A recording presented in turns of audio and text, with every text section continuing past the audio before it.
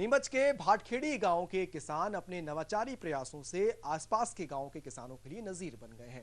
किसान कमला शंकर जी अपने खेतों में औषधीय पौधों की खेती कर रहे हैं। उनके इस प्रयास से अन्य किसान भी प्रेरित हो रहे हैं और अंचल में औषधीय पौधों की खेती हो रही है। हमारी रिपोर्ट देखिए।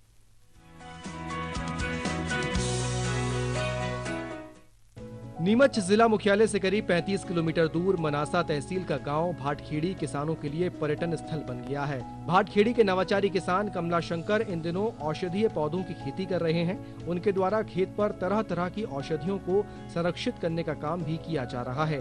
उनके खेत पर कौच बीज, नीली अपराजिता, कंटकारी, शिवलिंग, छोटी एवं बड़ी दूधी, शतावरी, मूशपणी, अश्वगंधा, अरंडी, नीम गिलोय आदि औषधियां उपलब्ध हैं। कमला शंकर जी कृषि क्षेत्र में औषधीय फसलों के उत्पादन वृद्धि और प्रजाति संकलन पर अनुसंधान काम कर रहे हैं। पहले हम लोग परंपरागत खेती कर रहे थे, उसके बाद में हमने तो उसमें औषधीय फसलें लगाना चालू किया। तो शतावर हम लगभग ये पिछले साल भी लगाई थी हमने, और इस साल भी मैंने नवाचार किया है कि शतावर को बांस के साथ में इंटरक्रॉप किया है। चूँकि बांस की फसल भी 5 साल 6 साल में आती है, तो वन विभाग की तरफ से बांस के लिए भी सब्सिडी दी जाती है। राष्ट्रीय बांस मिशन के अंतर्गत प्रति पौधा 120 रुपया किसान को दिया जाता है। तो उसका भी मैंने लाभ लिया कि उससे चारों तरफ फेंसिंग की गई है खेत के चारों तरफ। और उसके अलावा अश्वगंधा की जो फसल है वो 4 से 5 महीने 6 महीने में आ जाती है। तो बांस के साथ में अश्वगंधा भी है, शतावर भी है, तो ये एक साथ हम 3 फसलें ले रहे हैं।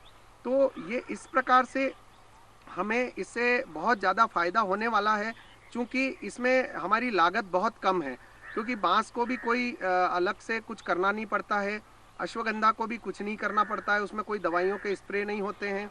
शतावर में किसी भी प्रकार की दवाई का या किसी भी प्रकार के खाद का, बीज का आवश्यकता नहीं होती है, क्योंकि हम केवल गोबर की खाद डालते हैं और हमारे घर में गाय हैं, तो हम केवल घर का ही गोबर यूज़ करते हैं। उसके अलावा हम जो बैक्टीरियल डीकम्पोज़र है, डीकम्पोज़र भी यूज़ करते हैं। तो हमारा पैसा कहीं नहीं लगता है। बाज़ार में जब किसान जाएगा तो उसको बाज़ार से खाद खरीदना पड़ता है, तो पैसा लगता है। जबकि अगर आपके घर में गाय है तो आपका गोबर ही पर्याप्त है और उसी को आप डीकम्पोज़र से सड़ा के यूज़ करते हैं, तो खाद का भी पैसा नहीं लगता है। कमला शंकर विश्वकर्मा ने माइक्रोबायोलॉजी के साथ साथ समाज कार्य और पत्रकारिता की पढ़ाई की है। उनके द्वारा राष्ट्रीय बांस मिशन में लगाए गए बांस के खाली पड़े खेत में नवाचार करते हुए अंतर्वर्ती फसल के रूप में शतावरी और अश्वगंधा की फसल लगाई गई है, ताकि जब तक बांस की फसल नहीं होगी तब तक उनके बीच में जमीन कंद वाली औषधीय फसलें मुनाफे का सौदा रहेंगी। अपने नवाचार से जिले में प्रसिद्ध हो चुके इस कृषक की स्थानीय लोग और उद्यानिकी विभाग के अधिकारी भी तारीफ कर रहे हैं। गाँव भाटखेड़ी में जो कृषक लोग जो है वो परंपरागत खेती करते आ रहे हैं।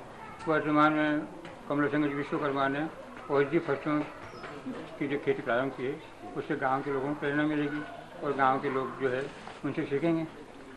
खेती को लाभ का सौदा बनाने के लिए केंद्र और राज्य सरकार द्वारा विभिन्न योजनाएं चलाई जा रही हैं।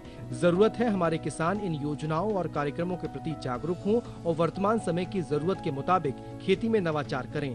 नीमच से अरुण गौड़ के साथ bureau report, DD news Bhopal.